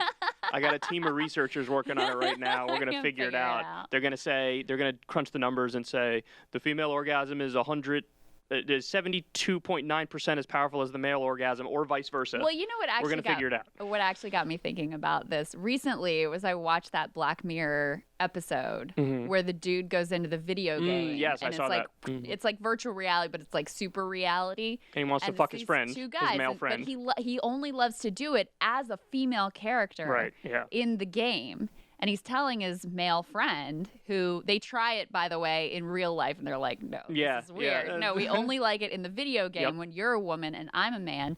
And as a woman, he says the orgasm is like, a symph is so different, it's incredible. And it just got me, I'd not really thought that much about like what the actual experience is like for a man versus a woman. All right, but so let me ask you, your gut instinct, which is more powerful, the male one or the female one? Well, I think because I have a bias towards... Or is it even? Or is it equal? I have a bias towards things being equitable. You want to say it's even? No, so I think that the fact that men can't have multiple orgasms is maybe made up for by the fact... By the power of it. By the power of it.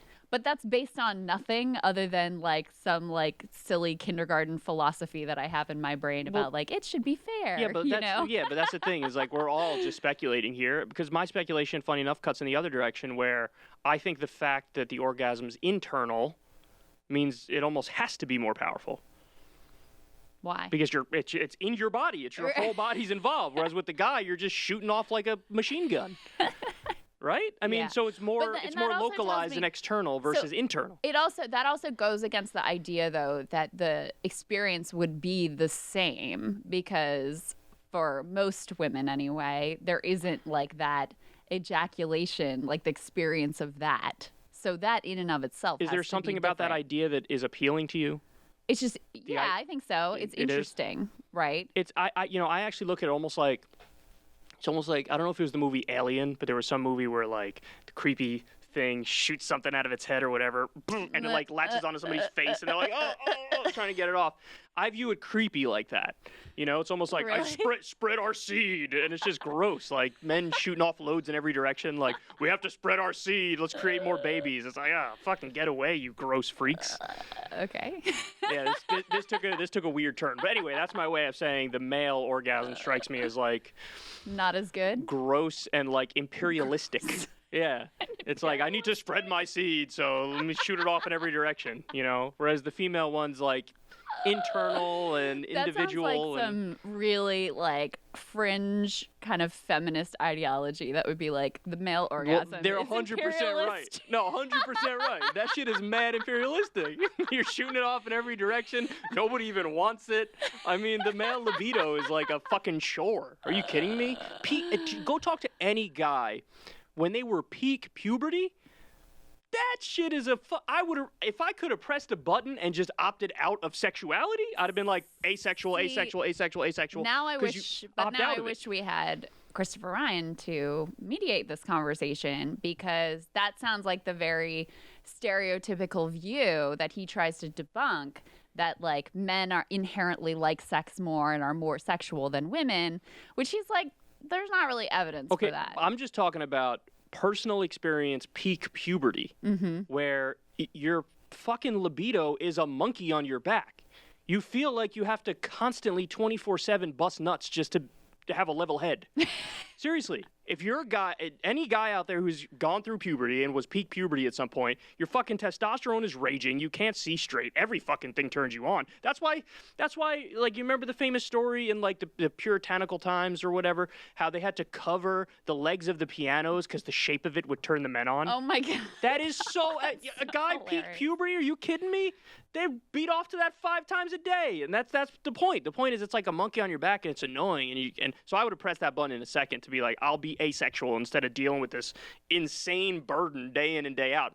But thankfully, when you go past peak puberty, you become more of a functional human being and not just a freak. Okay.